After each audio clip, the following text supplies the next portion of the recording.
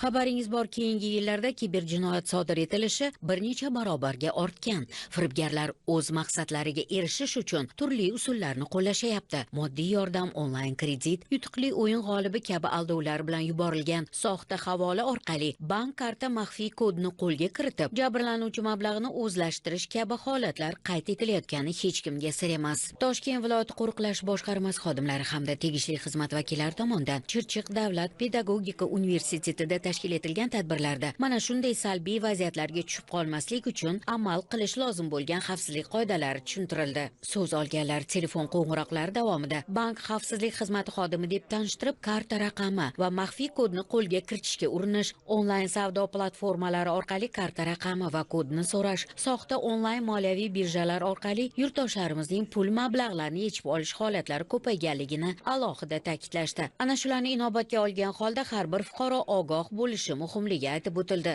Ko'p hollarda yoshlarimiz qonunlarni bilib bilmasdan turib jinoyat sodir etish holatlari kuzatilmoqda. Yoshlarimizni jinoyat sodir etmasliklari uchun huquqiy savodxonligini oshirish maqsadida profilaktika inspektorlari tomonidan davra suhbatlari o'tkazilib kelinmoqda. Buning asosiy maqsadi yoshlarimizni huquqiy savodxonligini oshirish va ularga qonunlarimizni yanada chuqurroq o'rgatish aslida. Yoshlarimizning vaqtlaridan unumli foydalanish uchun universitetimizda fan to'garaklari, sport to'garaklari ko'plab tashkil etilmoqda. Talabalar xavfsizligini ta'minlash maqsadida kuni kecha universitetimizda qo'riqlash xizmati, kiber jinoyatga qarshi kurashish xodimlari tomonidan turli tushuntirish ishlari olib borildi. Ijtimoiy tarmoqlarda tarqalayotgan har xil fayllarni bilib bilmasdan ochmaslik, o'zlari bilmagan kiber jinoyatlarga aralashib qolmasligi uchun turli video kuzatuvlar orqali, video darslar orqali tushuntirish ishlari olib borildi.